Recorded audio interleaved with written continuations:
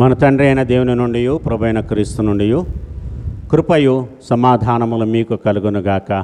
ఆమేన్. దయచేసి కూర్చోనండి.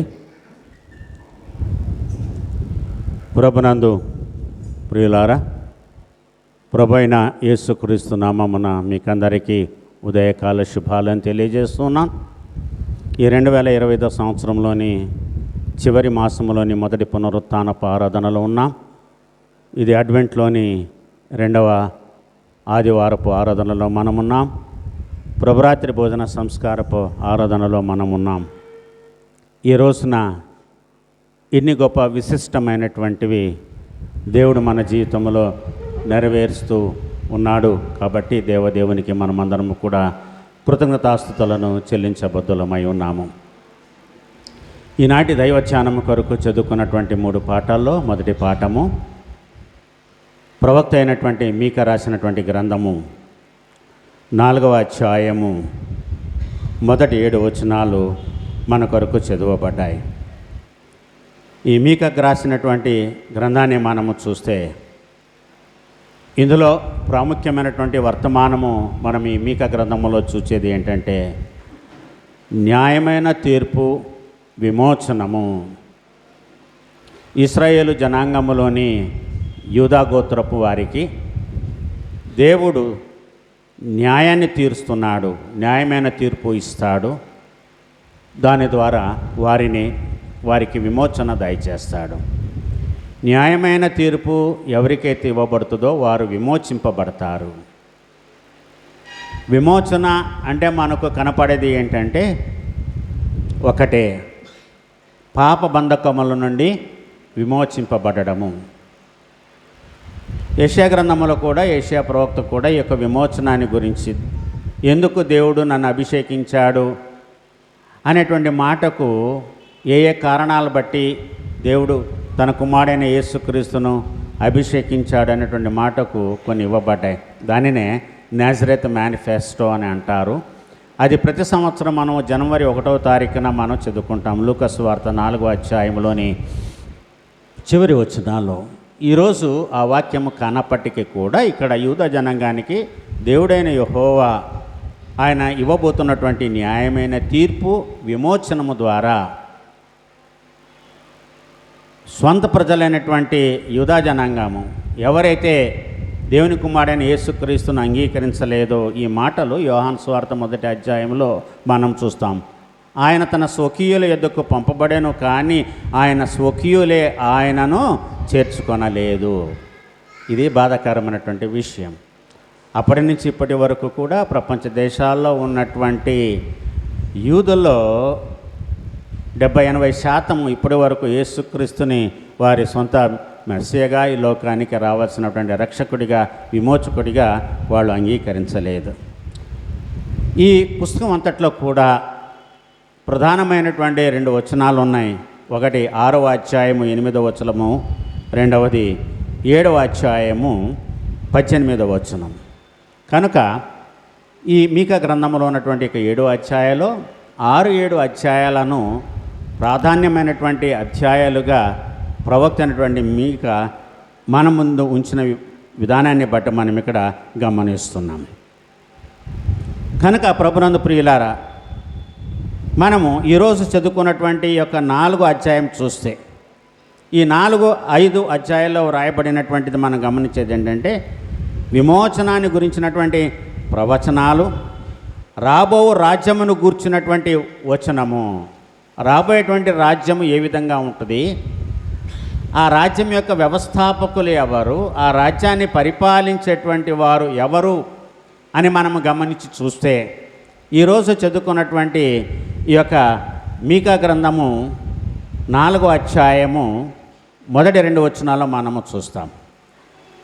అంత్యదినములలో యెహోవా మందిర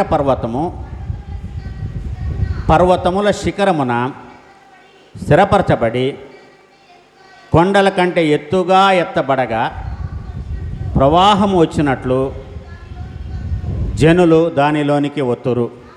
కాబట్టి ఆ కాలమున అన్యజనులు అనేకులు వచ్చి సియోనులో నుండి ధర్మశాస్త్రమును, యెరూషలేములో నుండి యెహోవా వాక్కును బయలువెళ్ళును. యాకోబు దేవుని మందిరమునకు, యెహోవా పర్వతమునకు మనము వెళుదము రండి. ఆయన తన మార్గముల విషయమై మనకు బోధించును, మనము ఆయన త్రోవలలో నడుచుకొందుము అని చెప్పుకుంటారు. ఎప్పుడు అని అంటే అంత్య దినాలలో.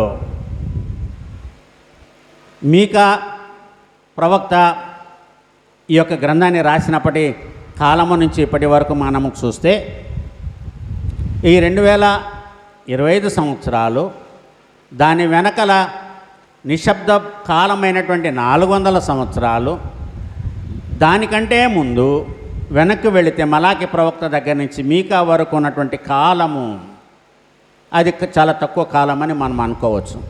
2025 ప్లస్ 400 ప్లస్ కొన్ని సంవత్సరాలు క్రితము ప్రవక్త అయినటువంటి మీకా ప్రవచించినది ఆ అనాది కాలము నుండి అప్పటి నుండి ఇప్పటి వరకు, ఇది జరిగే వరకు ఏదైతే ఇక్కడ చెప్పబడిందో, ప్రవచనం చెప్పబడిందో, అంత్య దినములలో ఏమి జరగనయ్యిందో మనము ప్రభునందు ప్రియులారా జ్ఞాపకం చేసుకోబోతూ ఉన్నాం.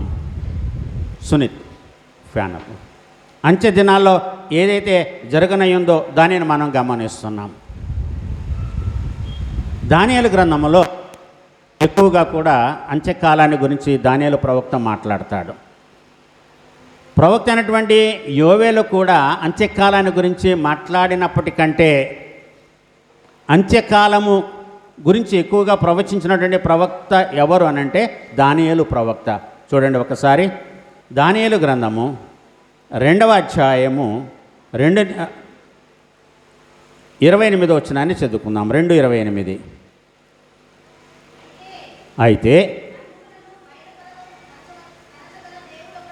అయితే మర్మములను బయలుపరచగల దేవుడు ఒకడు పరలోకమందున్నాడు. అంత్యదినముల యందు కలగబోవు దానిని ఆయన రాజుకు నెబుకద్నెజరుకు తెలియజేసెను. తాను పడుక మీద పరుండగా తమరి మనసులో కలిగిన స్వప్న దర్శనములు ఏదనగా ఆగండి. ఇక్కడ చెప్పబోతూ ఉన్నాడు. నెబుకద్నెజర్ రాజు ఇశ్రాయేలు జనాంగానికి సంబంధించిన వాడు కాదు, యూదుడు కాడు, ఆయన అన్యుడు. దేవుడైన యెహోవా అంత్య దినాల్లో జరగబోయేటువంటి సంగతులను ఒక అన్య దేశానికి సంబంధించిన అధిపతికి ఆయన తెలియజేశాడు. ఈ కళలో ఉన్న విచిత్రం ఏంటంటే నెబుకద్నెజర్ కళను కన్నాడు కానీ మర్చిపోయాడు. అది ఆయనకు మూర్ఖత్వమో లేకపోతే భయమో మనకైతే తెలియదు. కానీ ఏమన్నాడంటే తన సంస్థానంలో ఉన్న వారిని పిలిచి, నేను ఒక కళ కన్నాను, ఆ కళను మర్చిపోయాను, ఆ కళ చెప్పాలి, నేను కనినటువంటి కళల యొక్క భావమును చెప్పాలి అని తన రాజ్యములో ఉన్నటువంటి వారందరినీ కూడా పిలిపించాడు. ప్రవక్తలు కావచ్చు, సోది చెప్పు వాళ్ళు కావచ్చు, దర్శనాల గురించి చెప్పేవాళ్ళు కావచ్చు, అందరినీ పిలిచాడు. అందరినీ పిలిస్తే రాజు వేసిన యొక్క ప్రశ్నకు అందరూ కూడా భయపడ్డారు. రాజు కళ చెప్పితే కళ యొక్క అర్థాన్ని మేమేమైనా చెప్పగలమేమో, కానీ ఆయన కళ చెప్పకుండా నేను మర్చిపోయాను, ఆ కళ భావాన్ని చెప్పమంటున్నాడే, ఇది అసాధ్యము కదా, ఇది ఏ మానవుడు కూడా చెప్పలేడు అని అన్నారు. ఇది యోసేపుకు వచ్చినటువంటి కళ వంటిది కాదు, లేకపోతే ఫరో రాజుకు వచ్చినటువంటి కళ కాదు. ఈయన చెప్పినటువంటి మాట, నేను కళ మర్చిపోయాను, ఆ కళ ఏంటో చెప్పండి, దాని భావం ఏంటో చెప్పండి, మీరు చెప్పకపోతే మిమ్మల్ని చంపివేస్తాను, మిమ్మల్ని నాశనం చేస్తాను అన్నాడు. అప్పుడు ఆ మాట దానియేలు విని, కలభావాన్ని చెప్పేది నేను కాదు, తండ్రి అయిన దేవుడే ఈ మర్మాన్ని నీకు బయలుపరుస్తాడు, జరగబోయే వాటిని ఆయనే చెప్తాడు అని అప్పుడు దానియేలు అక్కడ జరుగుతున్నటువంటి సంఘటనలు, భయాందోళనలకు లోనవుతున్నటువంటి సందర్భంలో చెప్పాడు. అప్పుడు కావున ఆర్యోకు రాజుకు భావము తెలియజెప్పగల యొక్క మనిషిని చెరపట్టబడిన యూదులలో నేను కనుగొంటేనని రాజసముఖమున మనవి చేసి దానియేలును త్వరగా రాజు సన్నిధికి తోడుకొని పోయాను. ఈయన చెరపట్టబడినటువంటి ఒక వ్యక్తి. షడ్రక్ మేషక్ అబేద్నెగోలతో పాటు నెబుకద్నెజరు కొంతమంది హెబ్రీ యువకులను యెరూషలేము దేవాలయాన్ని ధ్వంసం చేసి చెరకు తీసుకొని వెళ్ళారు. ఆ చెరలో ఉన్నటువంటి వారిలో ఒకడు యొక్క దానియేలు. కాబట్టి పరిశుద్ధ గ్రంథంలో పాత నిబంధనలో దానియేలు గ్రంథము, జకర్యా గ్రంథము, ప్రకటన గ్రంథము. దానియేలు గ్రంథము, జకర్యా గ్రంథము, క్రొత్త నిబంధనలో ప్రకటన గ్రంథము. ఈ 3 గ్రంథాలకి చాలా దగ్గర సంబంధం ఉంది. దర్శనాల గురించి కావచ్చు, రాబోయే రోజుల్లో అంచె దినాల్లో దేవుడు చేయబోయేటువంటి సంగతులను స్వప్నాల ద్వారా, దర్శనాల ద్వారా బయలుపరిచినటువంటి వాటి విషయాలను మనము తెలుసుకోవాలి అంటే దానియేలు గ్రంథము, జకర్యా గ్రంథము, ప్రకటన గ్రంథము చదవాలి. సో మొదటిగా ఇక్కడ ఈ యొక్క అంత్యకాల దినాల్లో జరగబోయేటువంటి వాటిని దేవుడు ఏ విధంగా బయలుపరుస్తున్నాడో మనం ఇక్కడ గమనిద్దాం. రెండవదిగా ఇదే దానియేలు గ్రంథము 10వ అధ్యాయము 18వ వచనాన్ని చదువుకుందాం.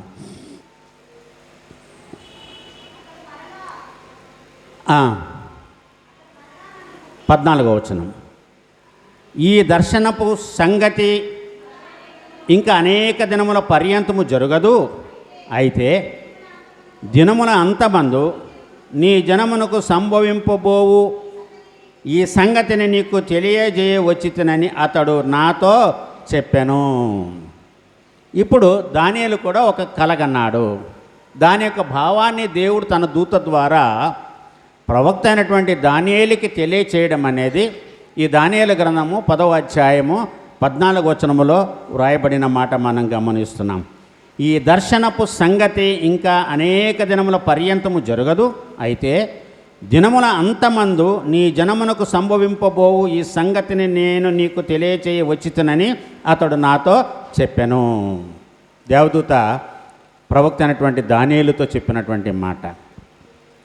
సో ఇక్కడ ప్రాముఖ్యమైనటువంటి వాక్యము ఈ 3 చదువుకున్నటువంటి 3 పాఠ్యభాగాల్లో కాలము, సమయము, దేవునికి అసాధ్యమైనది ఏదీ లేదు అనేటువంటి అంశాలను మనము ఈ రోజున చదవబడినటువంటి 3 పాఠాల్లో మనం గుర్తు తెచ్చుకోవాలి. అందుకని చెప్పాను, ఈ సంవత్సరం అంతా కూడా 3 పాఠాలు కూడా పెద్ద పెద్దవే ఉంటాయి, ఎక్కువ వచనాలు ఉంటాయి. ఏ సిరీస్లో, బి సిరీస్లో ఎక్కువ వచనాలు ఉంటాయి. కనుక ప్రభునందు ప్రియులారా, అది అర్థం అవ్వాలంటే ఆ మొత్తం వచనాలు చదివితేనే కానీ లేఖన భాగాలు అర్థం కావు మనకు. అయితే ఇక్కడ మనం గమనించేది ఈ విమోచనను గురించి ఇవ్వబడినటువంటి ప్రవచనాలు మనము ఈ మీకా గ్రంథము 4వ అధ్యాయము 5వ అధ్యాయంలో చూస్తాము. రెండవది 4వ అధ్యాయము మొదటి 5 వచనాల్లో రాబోయేటువంటి దేవుని యొక్క రాజ్యమును గురించి బయలుపరచడము, చెర నుండి తిరిగి రావడము, దాని గురించి ఇవ్వబడినటువంటి వాగ్దానాలు ఉన్నాయి. 4వ అధ్యాయము 6వ వచనము నుండి 5వ అధ్యాయము 1వ వచనం వరకు. రాబో రాజును గురించినటువంటి వాగ్దానము 5వ అధ్యాయము 2వ వచనం నుంచి 15 వచనాల వరకు. అంటే ఈ వారము, వచ్చే వారము, తర్వాతి వారము కూడా మీకా గ్రంథము ఈ 4, 5, 6 అధ్యాయాలను మనం చదువుకుంటూ వెళతాము. ప్రత్యేకంగా ఈ యొక్క సీజన్లో, ఈ యొక్క అడ్వెంట్ సీజన్లో మనం జ్ఞాపకం చేసుకుంటాం. క్రీస్తు పుట్టుకను గురించి, రాబోయేటువంటి రాజును గురించి, ఆయన స్థాపించబోయేటువంటి రాజ్యాన్ని గురించి ప్రభునందు ప్రియులారా మనం జ్ఞాపకం చేసుకుంటాం. ఇక్కడ ఉన్నటువంటి పిలుపు 6, 7 అధ్యాయాలు ఉన్నటువంటి పిలుపు ఏంటంటే లోకానికి మారు మనస్సు పొందేటువంటి పిలుపు ఇవ్వబడింది. దేవుని యొక్క పిలుపు, మొదటి పిలుపు 6వ అధ్యాయము మొదటి 9 వచనాలు. దేవుని 2వ పిలుపు 6వ అధ్యాయము 10వ వచనము, 7వ అధ్యాయము 6వ వచనములో మనం చూస్తాము. సంపూర్ణ రక్షణను గురించినటువంటి ప్రవచనము 7వ అధ్యాయము 7వ వచనము నుండి 20వ వచనాలు మనము చూస్తాం. అయితే ఈనాటి మన దైవధ్యానము ఏంటంటే 4వ అధ్యాయము మొదటి 7 వచనాలు, 5 వచనాలు ఒక భాగము, 6, 7 వచనాలు ఒక భాగము, 6వ వచనము నుండి 13వ వచనం వరకు ఒక భాగము. ఇక్కడ దేవుడు అంత్య దినాల్లో, అంత్యకాలాల గురించి ఈ రోజున కొంతమంది బోధకులు కూడా అబద్ధపు ప్రవచనాలను పలుకుతూ ఉన్నారు.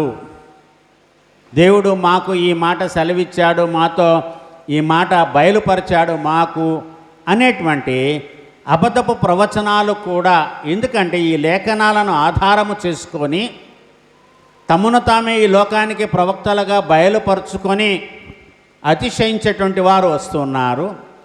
అబద్ధపు క్రీస్తులు కూడా వస్తున్నారు.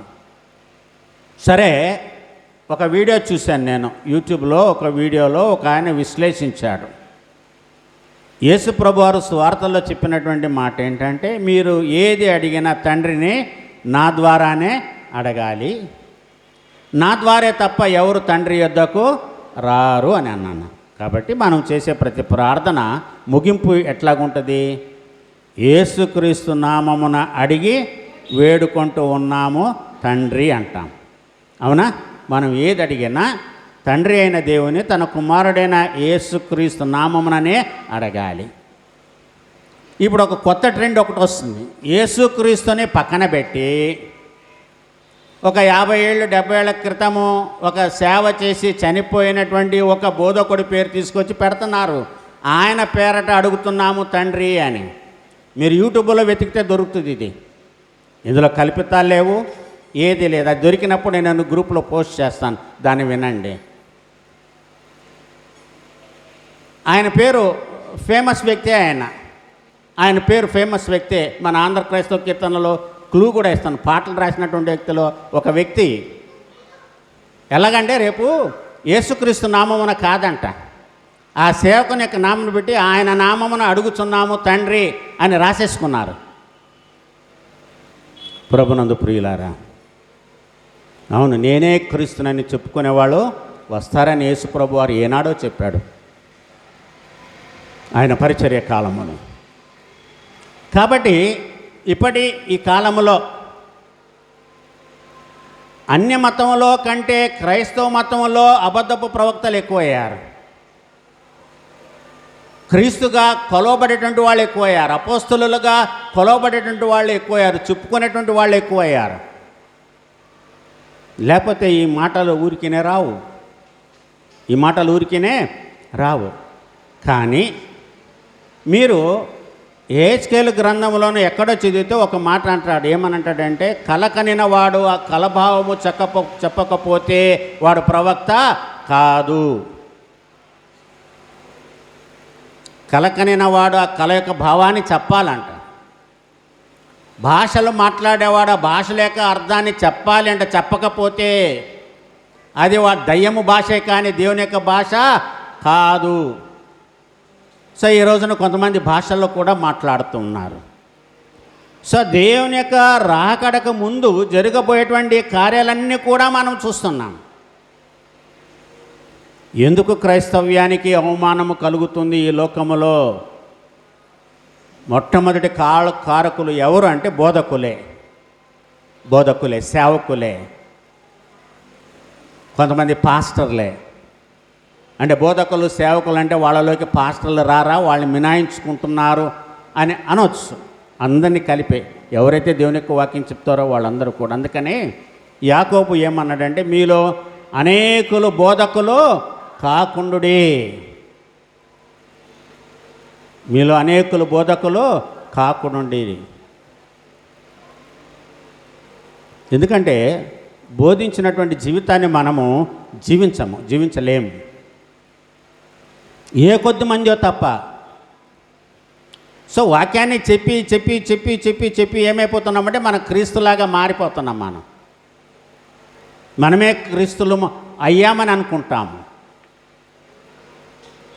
కాకపోతే ఇక్కడ ఏంటంటే జరగబోయేటువంటి కార్యాలు అప్పుడు ప్రవక్తలు చెప్పినటువంటి మాటలకి ఇప్పుడు ప్రవక్తలమని చెప్పుకున్నటువంటి మాటలకు మధ్యన ఉన్నటువంటి వ్యత్యాసము. వాళ్ళు చెప్పినవన్నీ జరుగుతున్నాయా, అవి లేఖనాలకు ఆధారంగా ఉన్నాయా లేదా అనేది మనం చూడాలి. సో ఈ రోజున ఇక్కడ అంత్యదినములలో యెహోవా మందిర పర్వతముల శిఖరమున స్థిరపరచబడి కొండల కంటే ఎత్తుగా ఎత్తబడగా ప్రవాహం వచ్చినట్లు జనులలో దానిలోనికి వత్తురు. సరే, ఇప్పుడు లోకమంతా కూడా ఏమని మాట్లాడుకుంటూ ఉన్నారంటే, 3వ దేవాలయము కట్టాలి యెరూషలేములో. ఇశ్రాయేలీయులు చెదిరిపోయిన వారందరూ కూడా వచ్చి, యూదులందరూ కూడా వచ్చి ఫైనల్గా మళ్ళీ యెరూషలేములో దేవాలయం కట్టాలి. అది మూడవసారి. సొలొమోను కట్టించినటువంటి ఆలయము కూల్చివేత కాబడింది. దాని తర్వాత 70 ఏళ్ల బబులోను చెర తర్వాత వచ్చినటువంటి ఎజ్రా మళ్ళీ కట్టాడు, అది కూల్చివేయబడింది.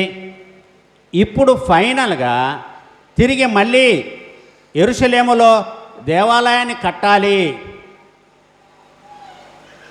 ఆ దేవాలయాన్ని కట్టినప్పుడు ఈ లోకానికి అంతము వస్తుంది.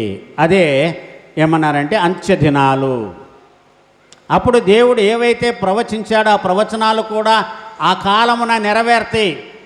ఇక్కడ పర్వత శిఖరము మీద దేవుని ఆలయము అని అంటున్నాడు ఇక్కడ. సో భూలోకములో సొలొమోను దేవాలయం కట్టించడానికంటే ముందు ఉన్నది ఏంటంటే ప్రత్యక్ష గుడారమే, టెంటే. దానికంటే ముందు ఉన్నటువంటి అబ్రహాము కాలములో ఉన్నటువంటి ఒకే ఒక యాజకుడు, ప్రధాన యాజకుడు ఎవరైనా మెల్కీసెదెకు. ఈయన ఉన్నప్పుడు దేవాలయం ఉంది, అది ఎక్కడో పర్వతాల్లో ఎక్కడో ఉన్నది. అది ఈ భూమి మీద అంటే భూలోకంలో కట్టబడినటువంటి మొట్టమొదటి దేవాలయం అని చరిత్రకారులు చెప్తారు. దాని తర్వాత కట్టబడినటువంటి ఆలయము షిలోహు మందిరము. ఆ షిలోహు మందిరము తర్వాత కట్టబడినది యెరూషలేము దేవాలయము. సొలొమోను మహారాజు ఆలయాన్ని కట్టించిన తర్వాత అప్పటి వరకు ప్రత్యక్ష గుడారములో ఉన్నటువంటి ఆ యొక్క దానిని మొయ్యకుండా తీసుకొచ్చి దేవాలయంలో పెట్టండి అని సొలొమోను ఆజ్ఞాపిస్తాడు. 2వ దినవృత్తాంతముల గ్రంథములో వ్రాయబడి ఉంటుంది. సో ఇప్పుడు భూమి మీద ఉన్నటువంటి ఆలయాలన్నీ కూడా అయిపోయినాయి. ఇదిగో నేను క్రొత్త సృష్టిని చేయబోతున్నాను, నూతన సృష్టి, క్రొత్త ఆకాశమును క్రొత్త భూమిని నేను సృష్టించబోతున్నాను అని అన్నాడు. అది కూడా మనము ఈ నెల చివరిలో లేకపోతే వచ్చే నెలలో అధ్యాయాలు జ్ఞాపకం చేసుకుంటాం. కానీ ఇక్కడ సర్వోన్నతమైన స్థలములలో దేవునికి మహిమ అని దేవదూతలు ఆ దూతతో కూడా ఉండి ఆ రాత్రి వేళ పొలములో తమ మందను కాచుకుంటున్నటువంటి గొర్రెల కాపరులకు చెప్పినటువంటి ఆ యొక్క మాటలను బట్టి సర్వోన్నతమైన స్థలము. దాని ఇక్కడ మీకా ప్రవక్త ఏమంటున్నాడంటే, మందిర పర్వతము పర్వతముల శిఖరమున స్థిరపరచబడి కొండల కంటే ఎత్తుగా ఎత్తబడగా. ఇక్కడేమనండి, ఇది జియోగ్రాఫికల్గా కాదు, భౌగోళికంగా కాదు, ఆత్మీయంగా విశ్వాసులందరూ కూడా దేవుని పరిపూర్ణంగా విశ్వసించినప్పుడు అందరూ కూడా కొండల తట్టు ఎత్తుతారు. కొండల తట్టు నా కన్నులు ఎత్తుచున్నాను, నాకు సహాయము ఎక్కడి నుండి వచ్చును. యాత్రా కీర్తన 121 మొదటి వచనం. సో అక్కడ కీర్తనకారుడు యాత్రా కీర్తనలో చెప్పినటువంటి ఆ యొక్క మాటను బట్టి కొండల తట్టు నా కన్నులు ఎత్తుచున్నాను.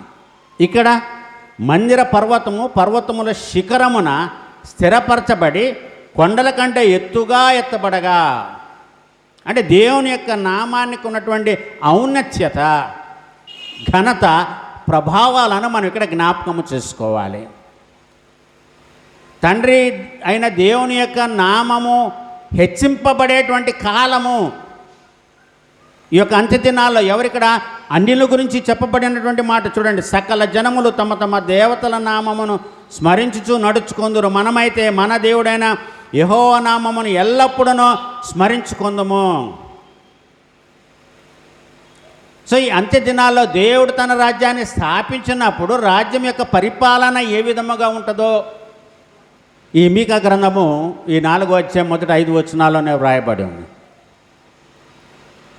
ఏదైతే ఆయుధాలు మనుషులను చంపడానికి వాడినటువంటి ఆయుధాలను వాటిని ఏ విధంగా ట్రాన్స్ఫార్మ్ చేశారంటే మంచి కొరకు ట్రాన్స్ఫార్మ్ చేశారు. So transformation of the weapons. ఆ రోజున ఉన్నటువంటి కత్తులు డాళ్ళు కావచ్చు, ఈటెలు బల్లెలు కావచ్చు, వాటిని పొలములో ఉన్నటువంటి పంటను కోయడానికి వాడతారు. పంట కోసారు అనడానికి అర్థం ఏంటంటే పంట సమృద్ధిగా పండింది. పంట సమృద్ధిగా పండనప్పుడు అవి అక్కర్లేదు, ఆ ఇన్స్ట్రుమెంట్స్ అక్కర్లేదు. అయితే ఈ రోజునున్నటువంటి అణువాయుధాలను మనం గమనించి చూస్తే రసాయనికమైనటువంటి అణువాయుధాలు కావచ్చు, ఆటం బాంబ్స్ కావచ్చు, ఏవైతే ఉన్న యుద్ధ విమానాలు ఏవైతే ఉన్నాయో, జలంతర్గాములు ఏవైతే ఉన్నాయో, ఇవన్నీ కూడా మనిషి యొక్క వినాశనాన్ని యొక్క సూచిస్తూ ఉంటే మూడవ ప్రపంచ యుద్ధంలో. కానీ దేవుని యొక్క ప్రవచనాలు నిరర్థకము కావు, అవి వ్యర్థం కావు. మనిషి తన నాశనాన్ని తానే, తన మరణానికి తానే ఆయుధాలను తయారు చేసుకుంటున్నాడు. మనిషి తన మరణము కొరకు తానే తన మరణ శాసనాన్ని తానే రాసుకుంటున్నాడు. దేవుడు రాయనటువంటి మరణ శాసనాన్ని మనిషి తనకు తానే రాసుకుంటూ ఉన్నాడు. కానీ దేవుడు ఏమంటున్నాడంటే, ఎప్పుడైతే లోకమంతటా తండ్రి కుమార పరిశుద్ధాత్మ నామమున వాక్యము అంగీకరింపబడి వాక్యమందు విశ్వాసముంచి లోబడి ఒప్పుకొని జీవిస్తారో, సో ప్రతిదానికి సమయం ఉంది అని సొలొమోను మహారాజ్ చెప్పాడు ప్రసంగి గ్రంథములో. ఎండ్ టైమ్స్లో జరగబోయేటువంటివి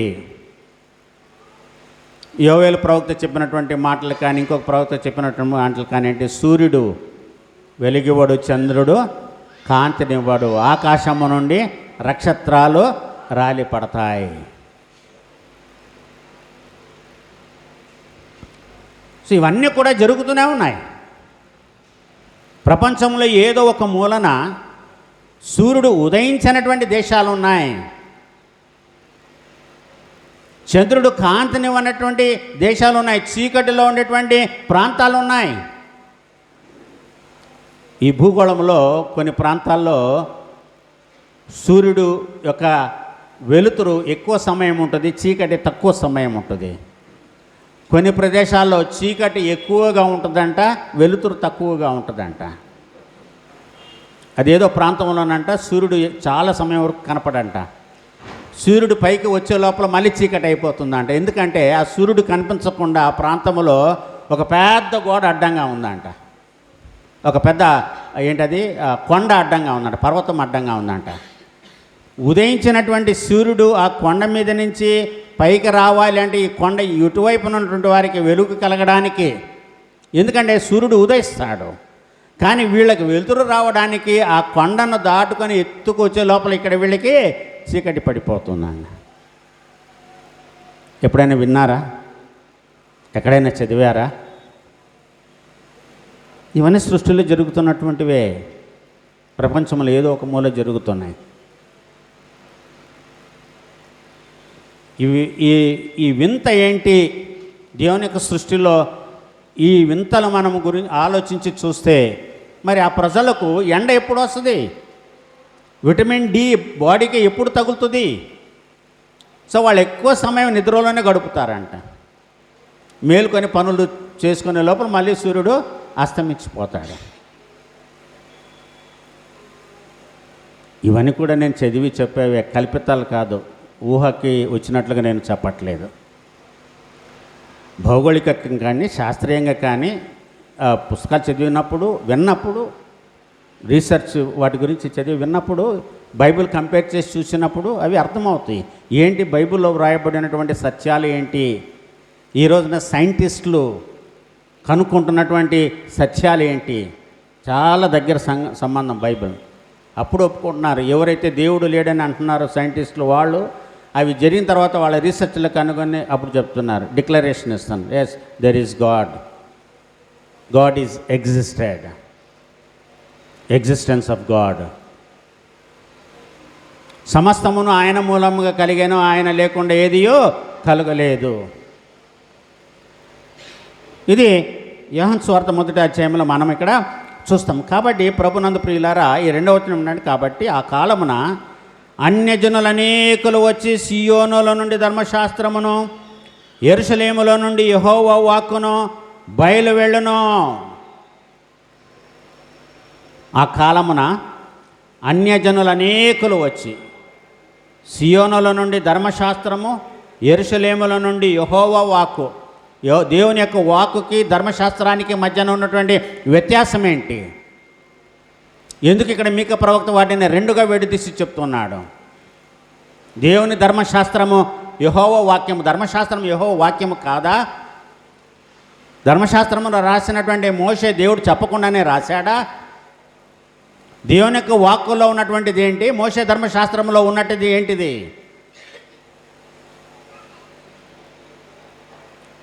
గమనించాలి. ఎందుకు ఈ రెండు పదాలు విడదీయబడి ఇక్కడ వ్రాయబడి ఉన్నాయో?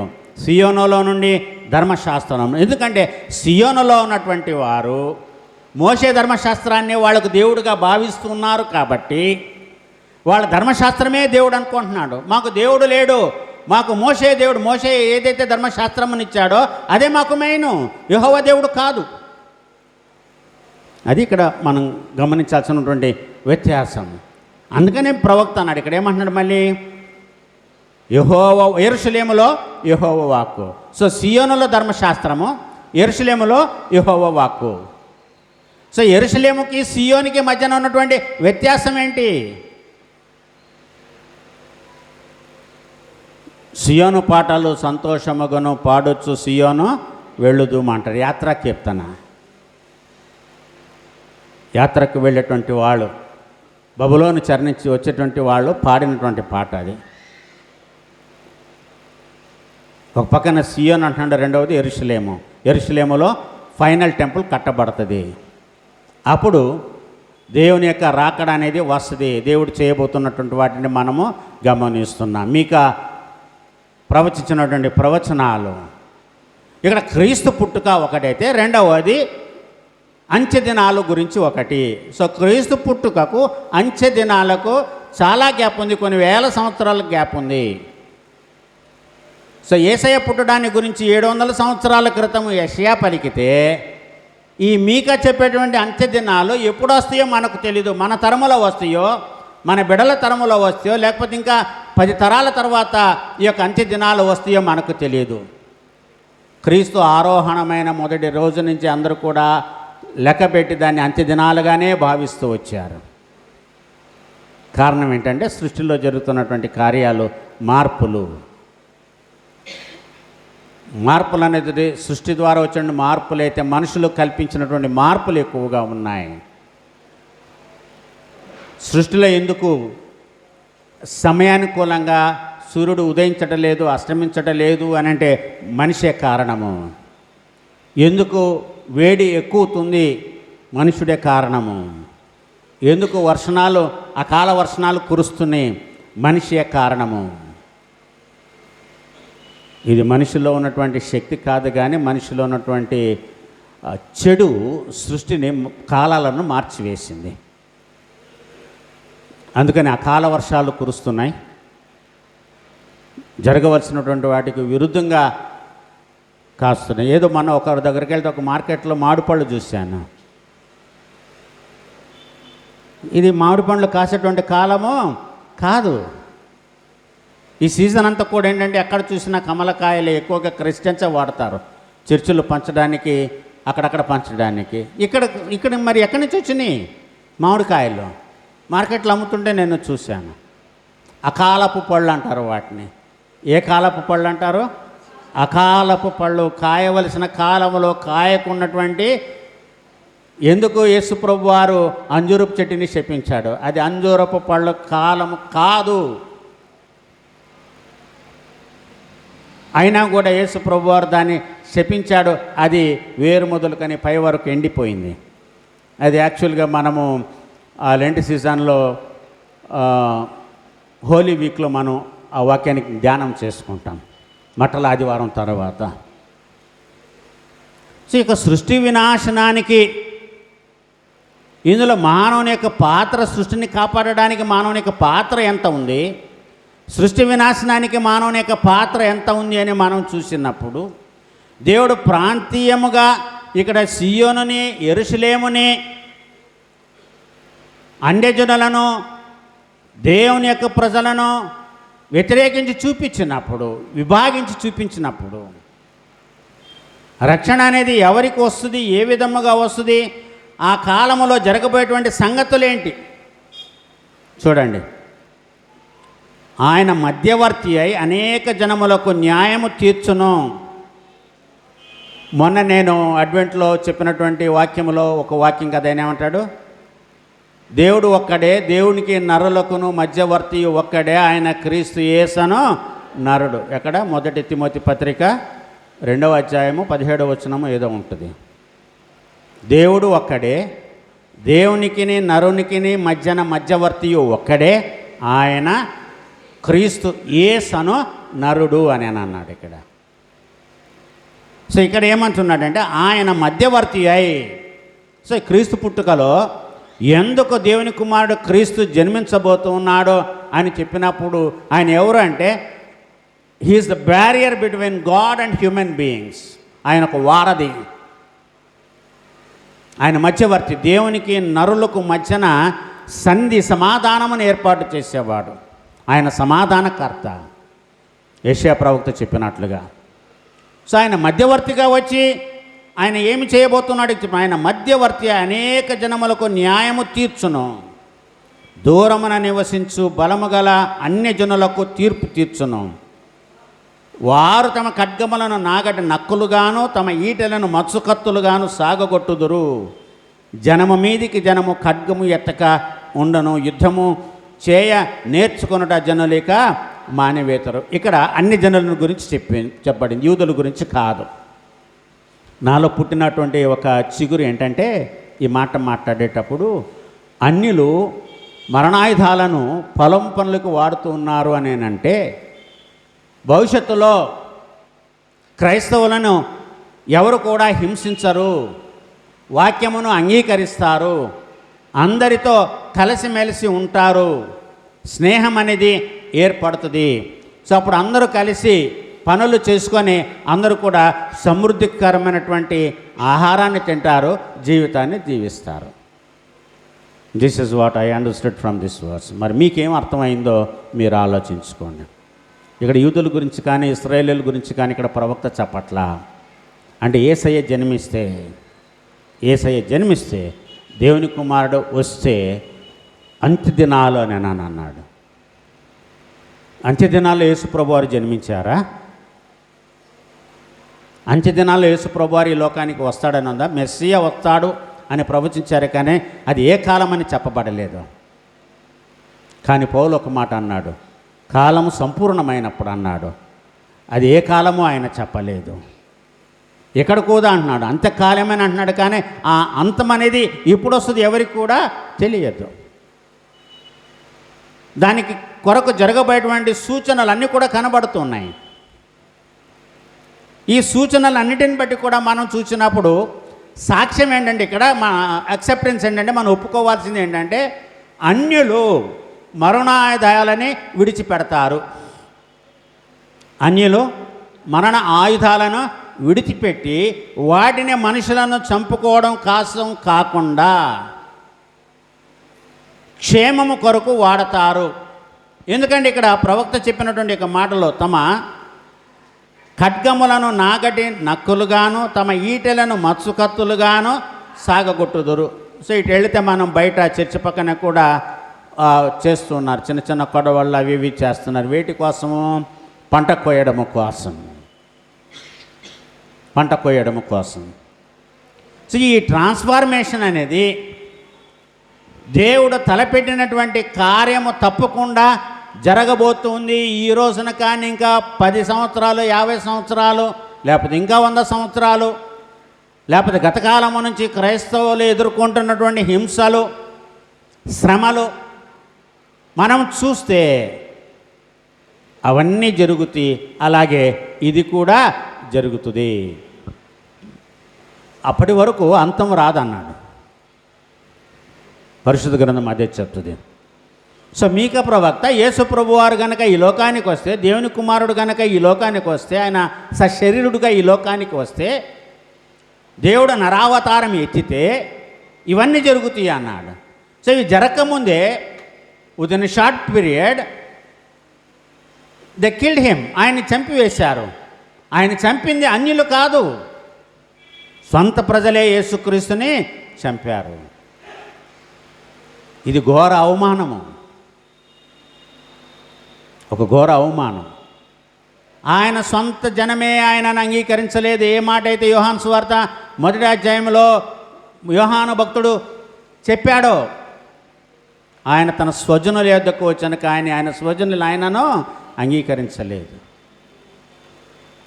ఆయన మంచి కార్యాలు చేస్తుంటే నువ్వు మా మధ్యన వద్దు, నువ్వు ఇక్కడి నుంచి వెళ్ళిపో. సొంత ప్రజలకి అసూయ కలిగింది. వాళ్ళ గోత్రము నుంచే ఒక శిశువు పుట్టి పెద్దవాడయ్యి దైవ కార్యాలు చేస్తుంటే వాళ్ళు దాన్ని ఓర్చుకోలేకపోయారు, నమ్మలేకపోయారు, లేఖనాలు నమ్మలేకపోయారు. యూదులు అయ్యుండి కూడా, కానీ అన్యులు నమ్మారు. యూదా గోత్రము వాళ్ళ తప్ప మిగతా వాళ్ళందరూ కూడా ఈ కార్యాలన్నిటిని నమ్మారు. వాళ్ళు యేసుక్రీస్తుని అంగీకరించారు. సో ఇది జరగకముందే ఆయన చనిపోయాడు. కానీ తర్వాత కాలములో ఈ అన్యులు ఎవరైతే క్రైస్తవులను హింసిస్తున్నారో వాళ్ళు మారుతారు. అప్పుడు యుద్ధాలు ఉండవు. A day will come where we see no war. ఆ మాటే వినపడదంట. యెషయా ప్రవక్త చెప్తాడు, చాలా చక్కగా చెప్తాడు. మిడినాగు పుట్ట యొద్ద పసిబాలుడు ఆడుకుంటాడంట. సింహము గడ్డి మేస్తుందంట. సింహము గడ్డి మేస్తుందంట. మిడినాగు పుట్ట యొద్ద బాలుడు ఆడుకుంటాడు. ఇప్పుడు వస్తుంది. చూడండి, ఫేస్బుక్లో చూడండి, ఒక పిల్లోడు పెద్ద కొండశిలు మధ్యన ఆడుకుంటూ ఉంటాడు. దాని మీద ఎక్కి తొక్కుతూ ఉంటాడు, దాని మీద పండుకుంటాడు. ఒక ఇంట్లో పెంచుతున్నారు ఒక ప్రాంతంలో. ఇది లేఖనాల నెరవేర్పు కాదా? మనిషి కంటే క్రూరులు ఎవరున్నారండి? మనుషుల కంటే ఈ లోకంలో క్రూరులు ఎవరు కూడా లేరు. దైవ సమానులని, దైవ స్వరూపులని చెప్పుకుంటున్నటువంటి మనుషుల కంటే విషము కలిగినటువంటి వాళ్ళు ఎవరు కూడా లేరు. ఇప్పుడు రాక్షసుల మధ్యన పిల్లలు ఆడుకుంటారు, దుష్టుల మధ్యన పిల్లలు ఆడుకుంటారని వాక్యంలో లేదు కదా. దుష్టుల ఆలోచన చొప్పున నడవకండి అని రాశాడే, కానీ దుష్టులు మారతారు అని లేదు కదా. కానీ మిడినాగు పుట్ట యొద్ద పసిపిల్లవాడు ఆడుకుంటాడు. సింహము గడ్డి మేస్తుంది. ఆవును సింహం కలిసి జీవిస్తాయి అంట. ఇవన్నీ కూడా జరుగుతున్నాయి. Fulfilment of the Bible prophecies ఇవన్నీ కూడా మనం. కాకపోతే ఏంటంటే మనం ధ్యానం ఉంచాం. మనం చదివితే, బైబిల్ చదివితే, సైన్స్ చూస్తే, సామాజిక మాధ్యమాలు అనేవి మనం వాడుకునే దానిని బట్టి ఉంటుంది. హౌ యూ యూజ్ అనేది. సో ఒక వ్యక్తిని చంపితే అది మరణాయుధమైంది, అదే పొలంలో పంట కోయడానికైతే అది శ్రేయస్ అయింది. సో యూటిలిటీ పర్పస్ అనేది మనం చూడాలి. ఏ విధంగా మనం ఒక వస్తువుని ఉపయోగించుకుంటున్నాం అనేది చూడాలి. ఒకే కత్తి ఇంట్లో కాయగూరలు కోయడానికి వాడతారు, దాన్ని చికెన్ మటన్ కోయడానికి వాడతారు, మనుషుల్ని పొడవడానికి కూడా వాడతారు. సో దేనికి వాడబడింది?